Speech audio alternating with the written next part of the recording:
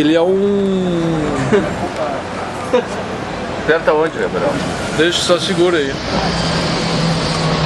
Bom, pessoal, em primeiro lugar, vamos fazer mais uma filmagem aqui do Filosofia no Boteco, né? E dessa vez sobre o tema a transição da mitologia para a filosofia, que aconteceu mais ou menos em 600 a.C., né? Com a advinda dos pré-socráticos. Bom, a mitologia serviu para justificativa sempre em muitas regiões, né? Não só na mitologia grega, mas na mitologia celta, africana, não é? As mais orientais, né? A africana existe até hoje. Existe até hoje. Ou seja, o que é a mitologia nesse aspecto? É por isso que o meu argumento, a religião africana existe até hoje, que é uma espécie de mitologia. Existe. E os caras não colocam em dúvida. Existe. Só que deixa eu acrescentar uma coisa. Esse cara, deixa eu acrescentar. Essa pessoa que está filmando aqui, ela é uma pessoa adepta do umbandismo, chama-se Joel. Ele vai negar, mas eu vi ele colocando uma garrafa de cachaça atrás da pia. Só isso que eu tenho a dizer. A pergunta é simples. Por que Sócrates foi julgado? Isso não tem nada a ver com... Ué? Porque não? Não é simples, muito complicado. Tá, mas por que assim? Ele foi julgado, uma das acusações é que ele era... Dizem, né? É que ele se respeitou os deuses. Tá. Tradições. Mas na apologia Sócrates de Platão, no final da apologia, Sócrates manda os discípulos deles pagarem um galo a Asclepio. Esculápio. Asclepio. Asclepio é o deus da medicina. É, Esculápio em português.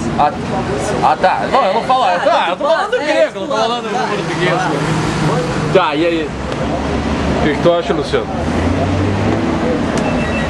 A transição da mitologia para a filosofia.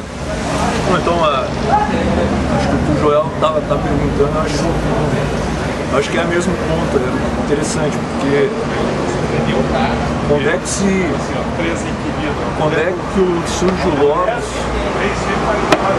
quando é que um antigo grego da antiguidade, do século VI, passa a não entender mais a mitologia como a explicação, o mito como a explicação para a origem do universo. Será que o primeiro filósofo, no caso os primeiros filósofos, eles tiveram esse rompimento com a religião? Então, assim, claro, como o João está perguntando, quer dizer, a gente sempre põe assim mito versus logos, né? Filosofia.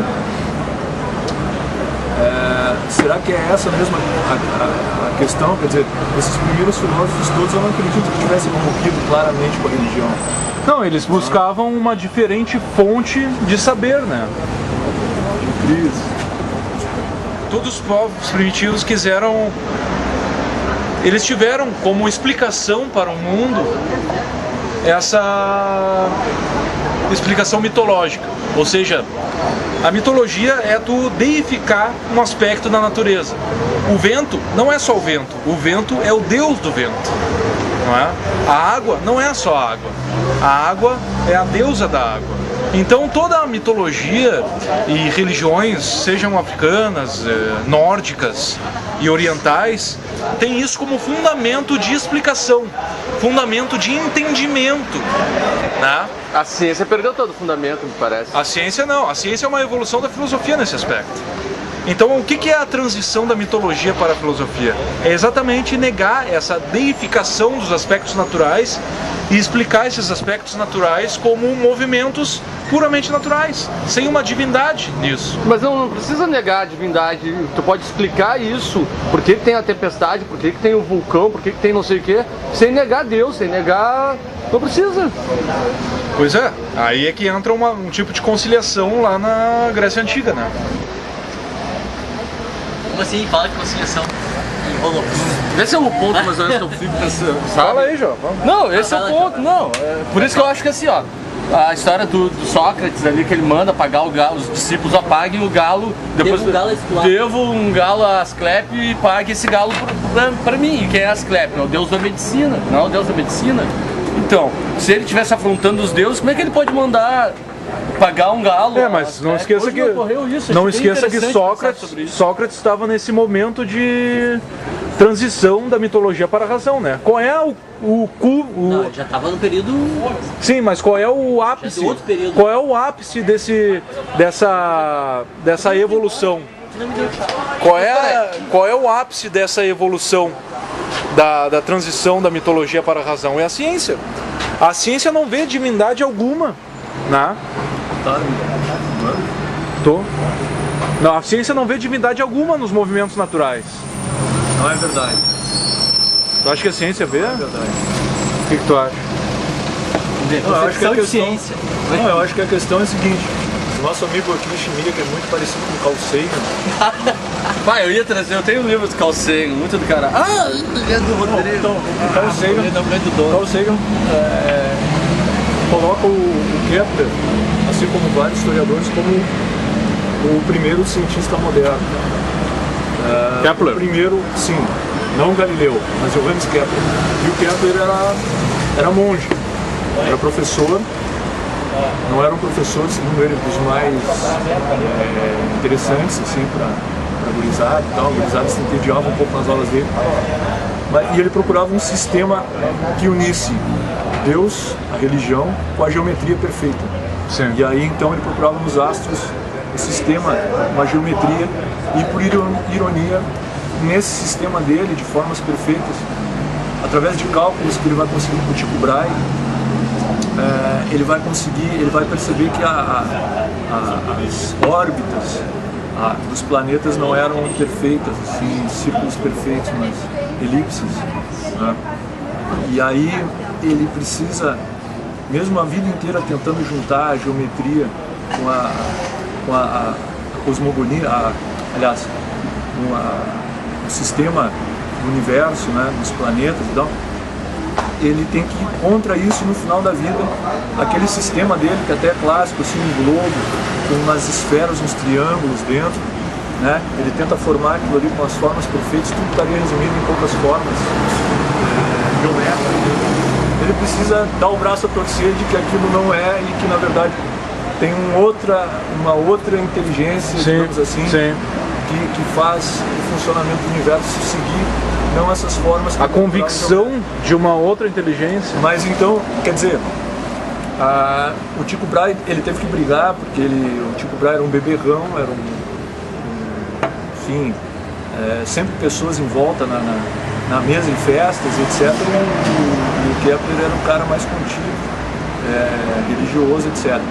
Unindo esses dois é que vai surgir então a ciência moderna, segundo o... E aí tem as três, segundo Carl Sagan, né?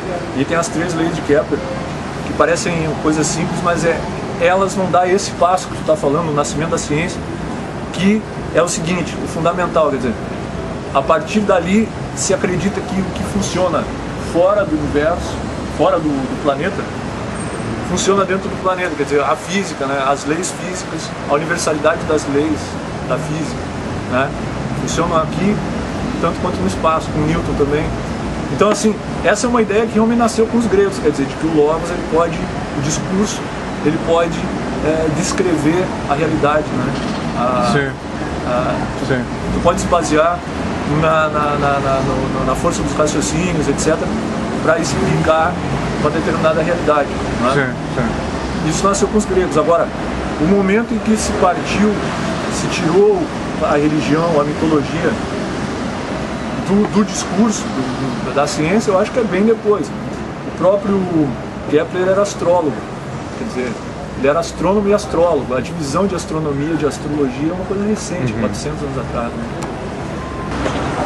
Acho que exatamente o que eu estava pensando, assim, não interessa se ele acreditava em Deus, Newton também, Leibniz acreditava muito em Deus, mas assim, o que caracteriza, assim, a diferença entre um discurso filosófico, a lá pré-socrático, um científico, vamos colocar assim, então, o que se diferencia do discurso mais propriamente religioso e mítico, né?